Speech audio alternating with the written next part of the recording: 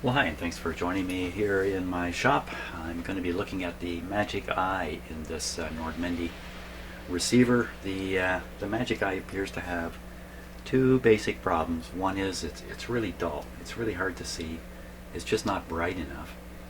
And the other one is the FM stereo indicator, a little feature here, doesn't seem to come on.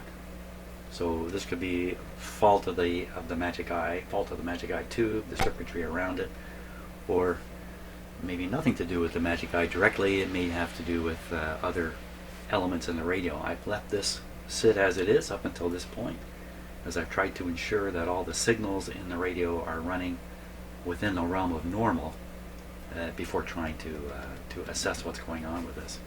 So my plan to approach this is an unusual Magic Eye in that it has two components to it. It has the signal strength part to it, and then it has the FM stereo indicator part.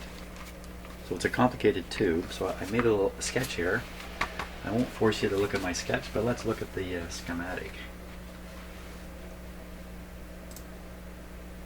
Okay, so right here in the middle of this view is the tube in question, the EMM 803.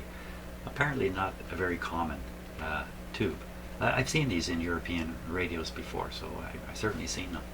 This is probably one of the last fancy tubes to be designed and produced, where they're trying to pack more and more inside a single tube. So this one is kind of two tubes in one, and you can kind of see it right away when you look at this diagram. There's a plate, a thing, a suppressor, a grid, cathode, and the same thing coming down this side.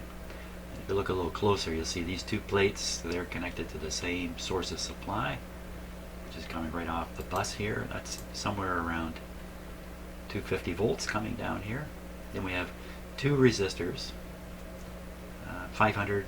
These are large resistors, 500 K this way and mega ohm that way. This side is affected by this grid here. This grid, okay, so the switch is set for not FM right now. It's on the diagram, it's set for AM. So the grid is getting its feed from here. From where? From here? From somewhere up here. Wow, okay, into this massive switches. So we can pretty safely assume that the ABC voltage developed in this radio somewhere is fed to this grid. And when you throw the switch and turn on FM, the grid is then picking up its signal from here, which I looked at and could not sort out how this works. My expectation is the grid here gets a DC voltage, but you know, I don't know. Anyway, that's what's happening. We'll leave it at that. The other side of the tube is doing something quite different. This is just like a little light going on and off if it's working, and it's getting its grid voltage from here, pin 6 on the stereo decoder. Pin 6 on the stereo decoder, come all the way back here, down here, and it's coming off of the plate of this tube. So in the stereo decoder, what's happening is the composite signal is coming in.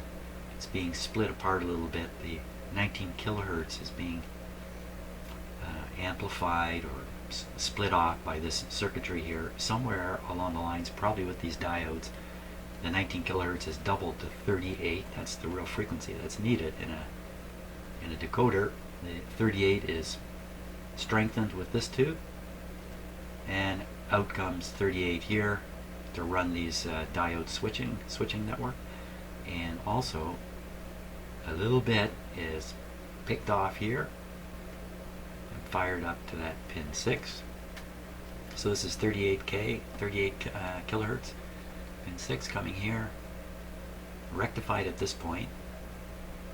Well, kinda, I don't know, anti-rectified. This is throwing away half the signal into the ground, into the chassis.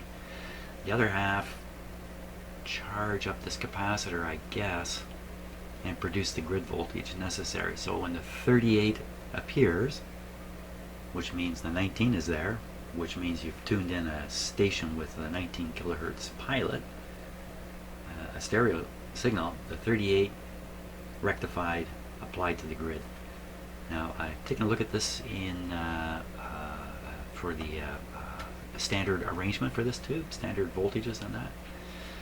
And what I found is the signal grid should go between 0 and 15 to do its job. And this one appears to be doing its job. There's more of a comment I got to make about that in a second.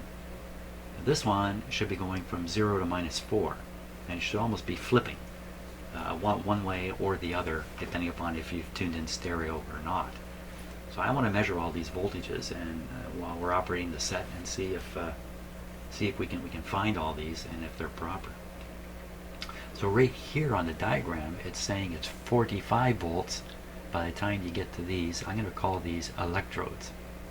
Okay, I'll call these the plate. I'll call these the electrodes. Funny shapes in here. Literally funny shapes in the tube. So once we gather all this test information, then I'll be in a better position to try to figure out why is the tube weak, and also why does it not indicate when stereo comes around. Okay, let's go back to the actual radio.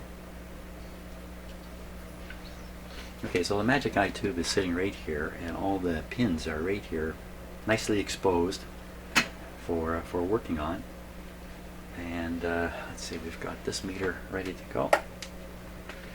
Got my handy dandy diagram. I really packed this with a lot of stuff. With all this stuff here for me to refer to as I'm going along. Okay, so let's see here. Turn on the set. Oh, wrong. I got the radio turned around now. I'm gonna have to remember that. Volume there. Tuning here. So we will start off by doing this in a broadcast band mode. The signal developed by the radio to feed to the tube, this is what I was going to mention earlier, could be insufficient. Certainly in FM, it strikes me that the FM signal coming out of the IF is weak. I don't know if that's really the case, but just that's what I got in my head. But a weak signal would cause a weak response on the Magic Eye. Not to make it dull. The brightness is another problem, but the response of it, you know, the closing of it. Okay, come on. Enough of that. We'll take a little bit of a closer look here at it. So there's the pins, and I cleverly made my diagram to match the arrangement of the pins there. So I lessened the chance of me getting confused. Can't eliminate that. Good. But we don't need to stare at that right now, because what's going to be more interesting is what's going on this meter. Okay, let's fire up the radio. I think we're all set here. So it's ready to run on the signal generator, actually. I'm going to turn this on in case we want to use it. I'm sure we're going to want to use it. Same thing on FM too when we get around to it. Okay. Going through some stuff in my office, I came across this.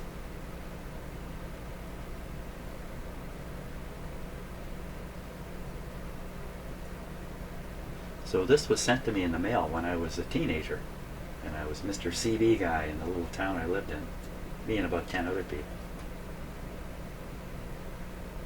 This came in an envelope. That was my handle bow tie.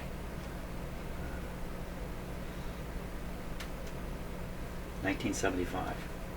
So yeah, I ended up getting these things started just coming in the mail to me out of the blue. I've got a bunch of these. My own card, which I never intended to go anywhere other than just to town and my friends, somehow traveled around North America and got into collectors' hands. I thought you might get a kick out of that. CB radio. Yeah. I still like listening to Skip on CB radio, and then when the skip is up, I get a big kick out of it. I've got one. in my office. As soon as I realized the skip is up, I turned it on and started laughing. Okay. Well, I haven't turned this on. Talking about turn things on. I haven't turned this on yet.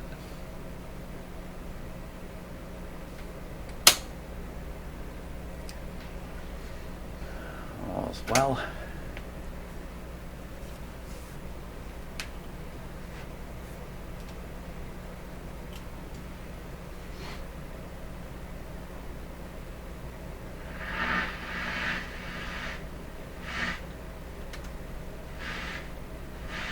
Pretty good. I like it. I like it. Okay, with the radio tuned to nothing, let's go around and measure these. We can consider this kind of the neutral state. We'll go around and measure all those little voltages. So let's see, I put that. Good spot to clip it around.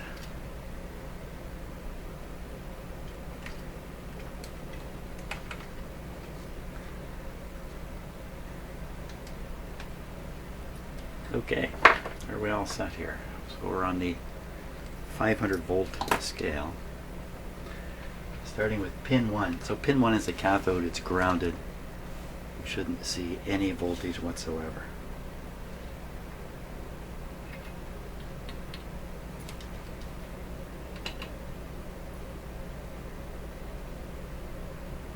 Zero on the meter. If we saw a voltage there, that would tell me something's wrong with how I set things up. Or number two is the stereo grid. So we're expecting a small negative voltage here. If there was stereo. So this set to negative 50 volts. Number two, we should see, I guess nothing. Maybe it's the other way around. Let's see. Certainly looks like a nothing to me. 1.5 volts.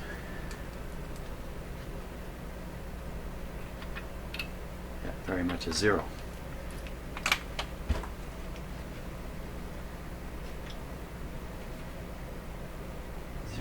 Volts AM. Okay, that's probably just fine. Now the next one. Next one is the signal grid, and we should find something between 0 and minus 15. There's nothing tuned in on the radio right now, so we should find a 0. We're close to it. 1, 2, 3. Here's 3. Okay, 5 volt scale on the meter.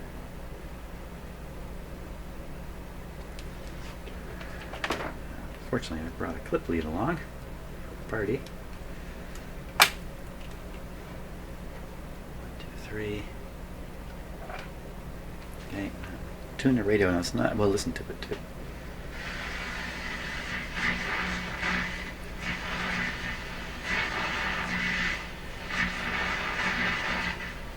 That looks real good. Okay, so our signal generator is at 16. Let's. Wait a minute. Oh, 21. I didn't quite see the other number there. Hang on a second here.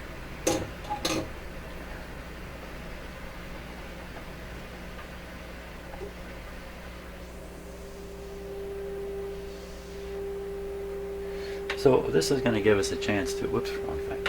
Give us a chance to examine what kind of voltage is presented to the tube on the signal grid. Should be between 0 and 15. This is 15 volts full scale. We're putting in a moderate signal. The signal is fed right into the antenna. Oh, that's right, and we're not on the loop antenna. So I think I got everything right here. So we're pumping in a moderate signal. Tune it. And we're going to want to take a look at the eye and compare it with that meter. Let me up the input signal here. Watch the meter. Okay, now we're putting in what is really a surprisingly strong signal to the radio. Radio, I don't think would normally get something like this from an antenna. So we're getting up around 12 volts here. it's certainly in the realm of pretty good. Now let's take a look at the position of the eye. Let's see what's up here.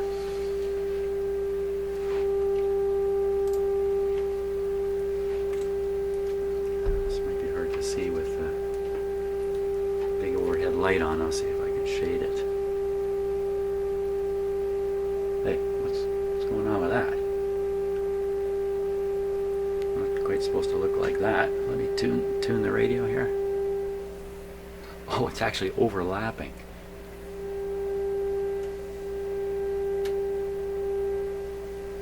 Okay, let me cut down some light.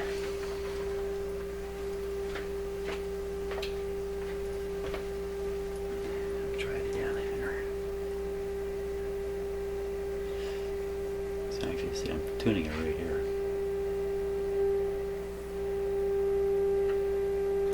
So I can see on the meter let's just see, these just touch on the meter. We've got 9 volts. And as I said, I think this is a signal.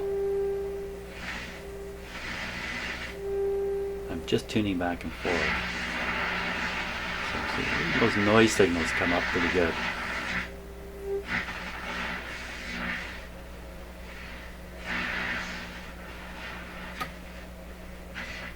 Ah, you know what? Like the eye action is good. That's great. So now we know that really it's got enough oomph to close this eye completely. That's good. That's good. Now, on to the next.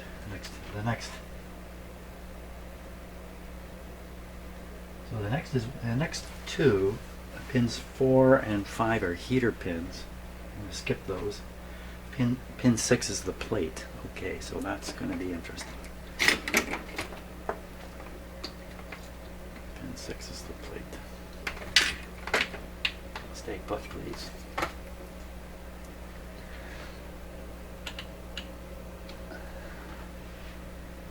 Okay, so we're on the 500 volt scale there.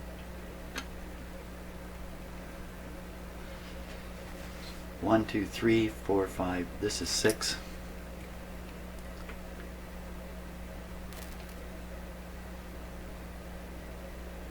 Wow, that's really tight in there.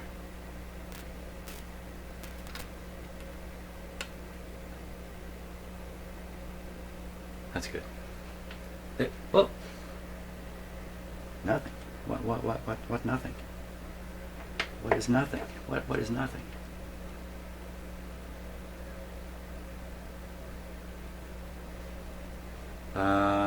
Okay, so something has gone wrong. Can't have nothing. Let's take the clip lead out of the circuit. I tested this clip lead before using it. It was good. Let's go around again. 1, 2, 3, 4, 5, 6. It's not nothing. It's a meter hooked up backwards. That's what it is. 6. There we go. Now we're in the realm of reasonable. I had an instructor who told me the worst thing you can do when you're doing any kind of design work or anything like that is get a slightly wrong answer. A really wrong answer is good because you'll spot it, but a slightly wrong answer. So if you're going to be wrong, be thoroughly wrong, okay? Be professional. Professional wrongness.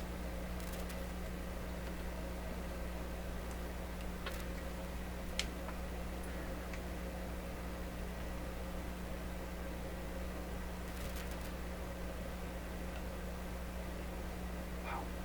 Okay, that's good. It's really close to shorting stuff out. Okay, so now we can read this. So on the 500 volt scale, it's reading 220. You know, that's a thumbs up. That's kind of a thumbs down because I was hoping it was going to be low, which would explain the dull tube. Because unfortunately, one of the best explanations for the dull tube is the tube is worn out. That's unfortunately, I think that's where we're going to end up. Not quite necessarily now. We'll keep going around here. Don't stop now. So 220 on the plate. Okay, the next two pins are what I'm calling electrode pins. First one is the stereo. So if we're gonna look at that, next two pins. Yeah, it should be a pin, a nothing, and then a pin. Perfect. So the first one is the stereo. It should really be a 0 on it.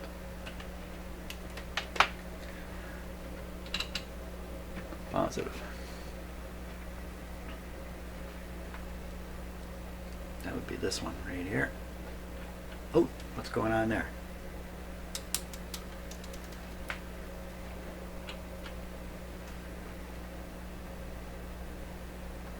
It's supposed to have a 0? What's it doing? There.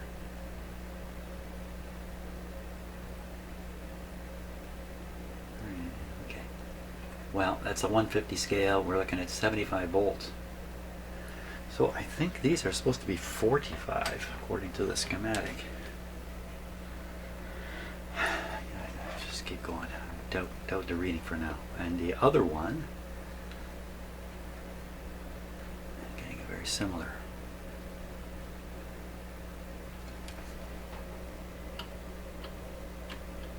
.150 volt scale for sure. The 150 volt scale in the dark over there. 100 volts, and over here 90 volts. But double what's supposed to be there. So let me write this down before I forget. It was 90 volts and about 100. So that doesn't seem right. Now, would that make this thing dull? Yeah. Gee, I don't know. So what we need to do is find the resistors that are involved in this tube circuit and check them for resistance. Very commonly, these Magic Eye circuits have high resistance resistors that for some reason go way high. So I think I can shut this guy off now. Okay. Bring on a little more light.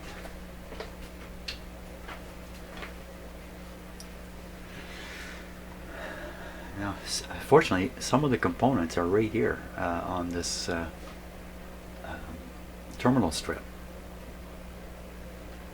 which is a great deal. So let's see. I'm just going to take a peek at the schematic. So the resistor, it's a 500K and a 1 meg. 500K and a 1 meg.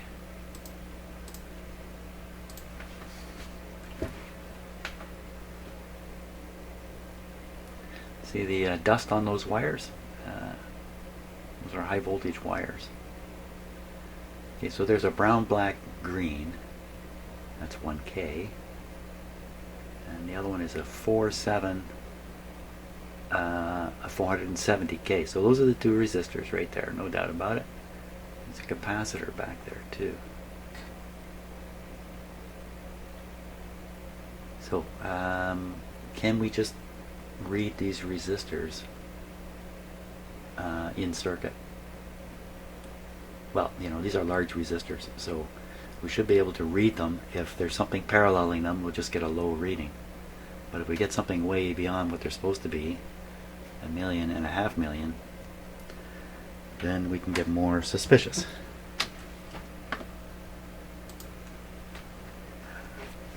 So we'll do this meter.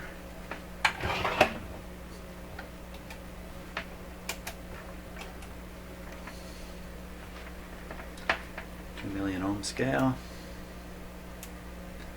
First I'm going to just read voltage hanging around if there is. So I'm going to look across these two resistors.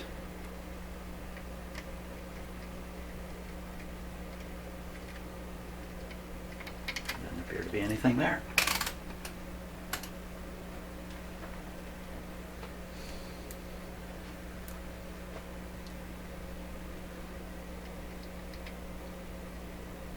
Okay, that's one side of one. Looks like a mega one to me, doesn't it? And the other one is here. Couldn't get any closer to 470 than that. So okay, so there's a lot of disappointments here. There's not much left but the tube itself. I should put the set back on, put it into FM,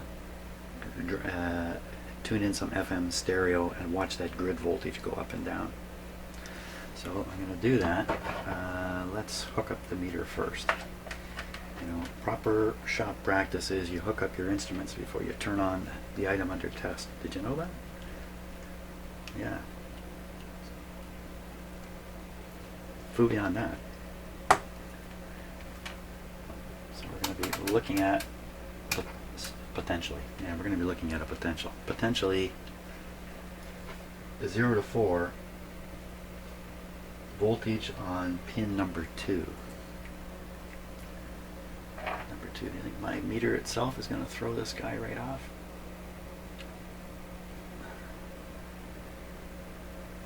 Hope not. What am I on? I'm on, which meter am I on? Okay, so we're on this guy.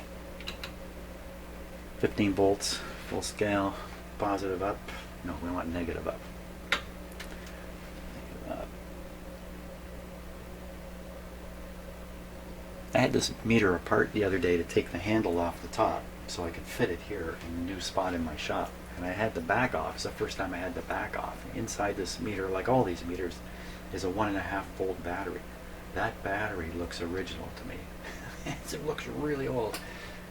Still in there, still working. Holy smokes. You see, getting old, it doesn't mean anything. That's what I'm telling myself. We're all set here now for FM. Well, I'm going to need an FM, a strong FM signal. So we'll turn on the signal generator. I'm going to, yeah, you know what? We're going to try with the antenna first for fun. Where's the antenna go now? Right over here. Okay, we're not going to try the antenna. It's just too much trouble.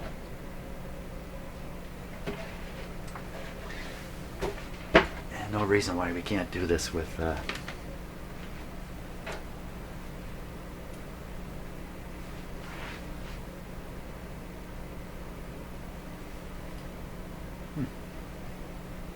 Okay, sorry, slightly distracted there when I'm noticing that 2 feet are missing on the receiver.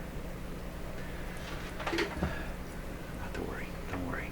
Everything will take care of itself, and in good time, everything will be okay. Turn this back on.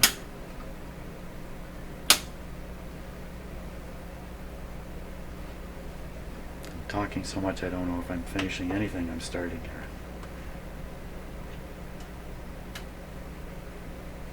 We'll turn on our little cooling fan.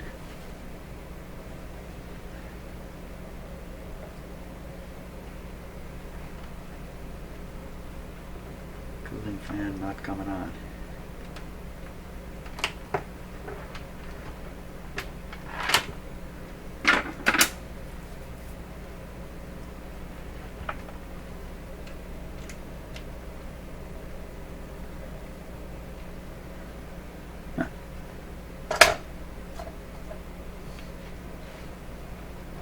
Well, too bad for the cooling fan.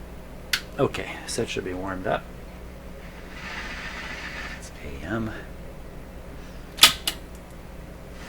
FM. FM 0 antenna. But I think what we want to do is just get my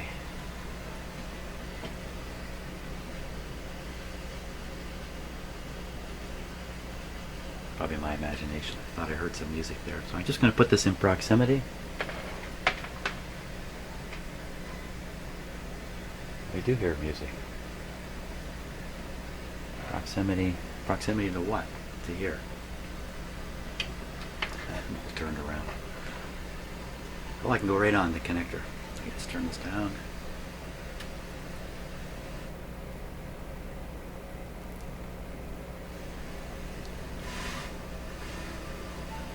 There is music there. Now I have to admit to something. I'm not hearing out of my right ear. In the last couple of days I've lost hearing in my right ear from nothing serious. Wax impaction in my ear. So I'm trying to deal with that. I'm only hearing from my left ear right now. So this is all really strange to me. Everything that's going on is bizarre, the sound. Anyway.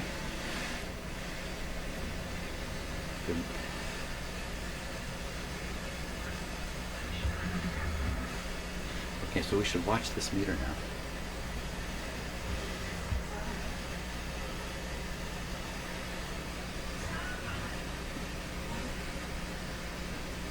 Okay, we're on our way to the signal generator signal.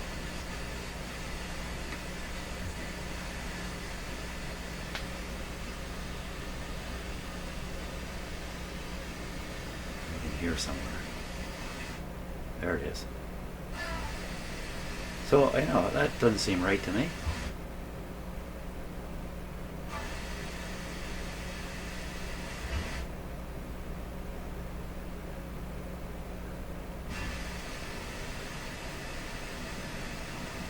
It seems backwards. Well, maybe not, eh?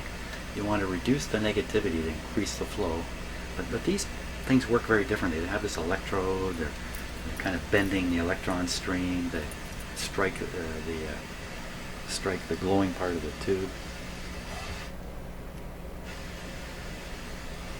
Huh.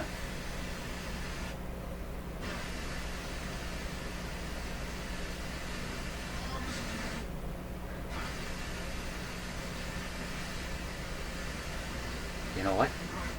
No stereo. Okay, I bet you I got the stereo off. Yeah, that's probably what it is. Okay, so I'm gonna make sure the I have the 19 kilohertz pilot signal from the signal generator is extremely low. I'll bring it up, and at some point I'll bet you this voltage pops up. Here we go. Nada. Let's just make sure we're in stereo mode here. Okay, try again. Up on the 19. Okay, I haven't got this tuned in, do I? What am I doing here? Can't tune it with the volume control, Jim. This radio sounds great, you know. Even when it sounds bad, it sounds great. Okay, there we are. Now I got it tuned in. It's very, very quiet, eh? Let's turn it up. That's lovely. It's very low. There. That's a little more. Oh, jeez. I keep thinking this is the volume control. I'm gonna have to listen to this in stereo, and you know, this is one of the reasons I was a little hesitant to do this today. I only have one ear. How am I gonna hear this in stereo? I'm gonna give it a try though.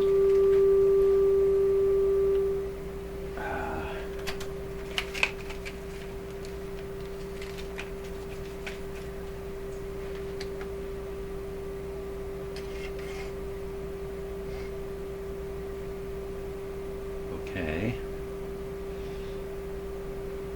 Now, that should be left. That should be right. No 19 kilohertz. Let's put in a 19. Oh, wait a minute. I gotta feed the sound up into the headphones. Okay, down. Down on the speakers off. And now you're gonna hear it straight through the microphone mixer. Okay, and it should be in stereo. Left, right. Oh, you know what? There's a stereo button, for crying out loud. stereo button here. Oh, this will make the meter go, I bet. Yeah, let's get this into some kind of standard situation. No. Tune off. Flip it on stereo, watch what happens. I certainly heard it.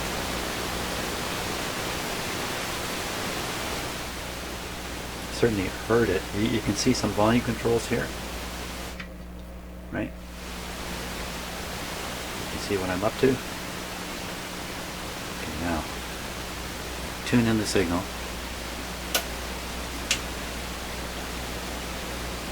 Tune in the signal generator.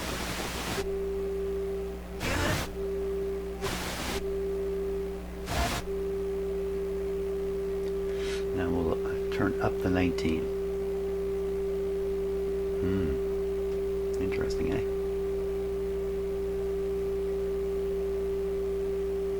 Left, right, left, right.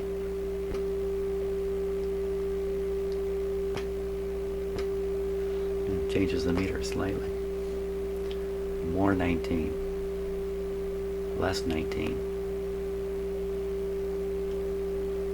Now, see, I can't hear if that's falling into mono or not. It's just not. It's all left for me. Okay, with the 19 kilohertz applied, what are we actually getting here? 19 kilohertz is giving us all of, that's on the 5 volt scale, 1 volt. And it should be putting 4 volts there.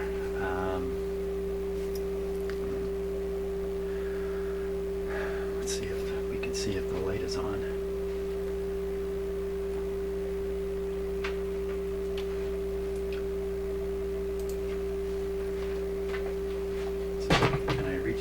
Light switch. I cannot, so we're just going to try this. Ignore me. Just ignore me. Okay, so that's the. I'm going to do this.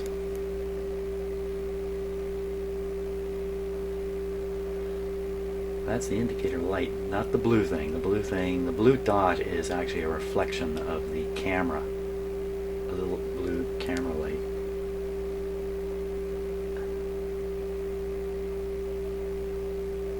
Interesting enough, you can see the signal strength is overlapping again. Let me tune the radio a little bit.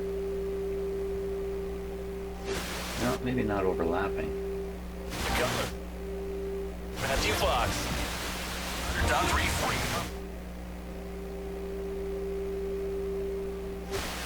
Okay, let's watch the stereo indicator light.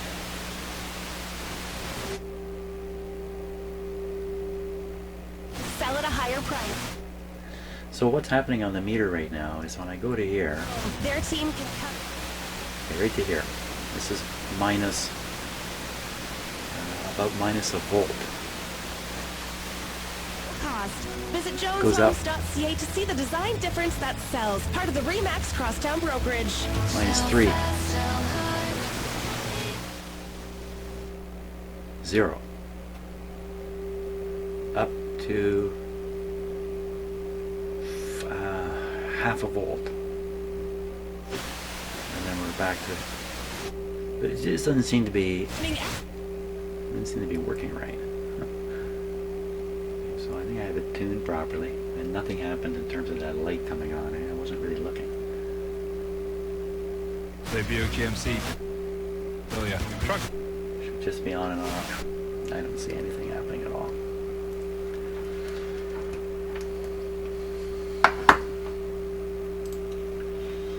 So I think this qualifies as a something worth looking for. Oh, you know, I can tell left and right by looking at my UV meters.